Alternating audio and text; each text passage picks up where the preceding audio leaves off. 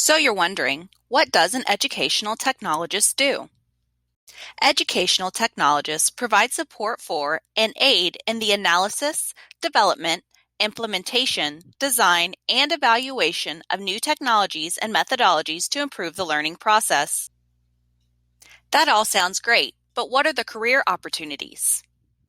In education, you could be a teacher, technology integration specialist, course designer, or instructional technologist.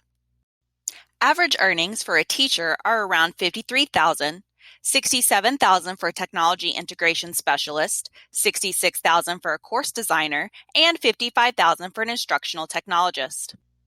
Careers in the corporate sector include training specialists, instructional designer, e-learning developer, and learning and development manager. Training specialists can expect to earn around $54,000, $72,000 for instructional designers, $78,000 for e-learning developers, and $108,000 for L&D managers. Now let's look at some history.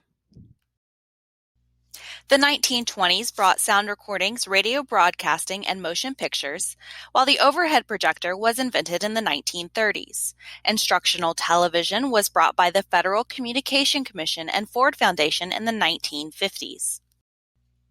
Mass production of education material became easier with the photocopier in 1959, while mathematics became easier in 1972 with the handheld calculator.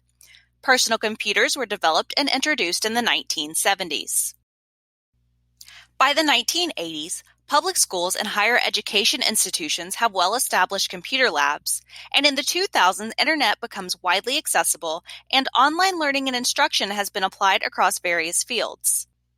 By 2001, 80% of schools offered professional development training for teachers to integrate technology into their classrooms, and by 2013, 90% of students under the age of 18 have access to mobile technology.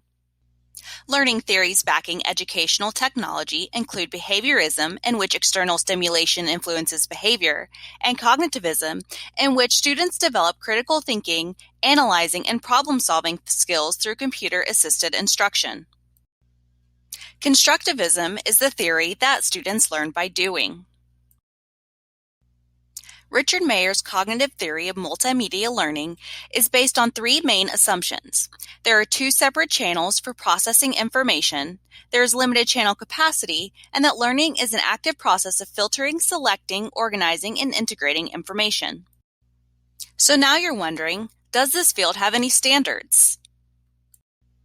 The Association for Educational Communications and Technology has implemented a code of professional ethics to set the standard in the field.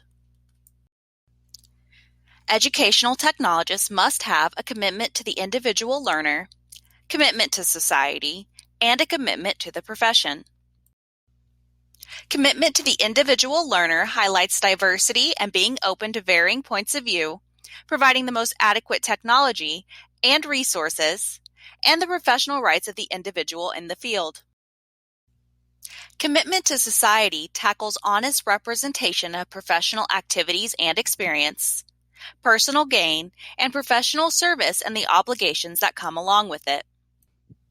Commitment to the profession dives into professional interactions and how you can relate to other members of the profession, research and dissemination, and responsibilities related to copyright as well as regulations of the law. These principles are intended to aid all members of the educational communication and technology profession, individually and collectively, in maintaining a high level of professional conduct. Thank you for learning all about educational technology.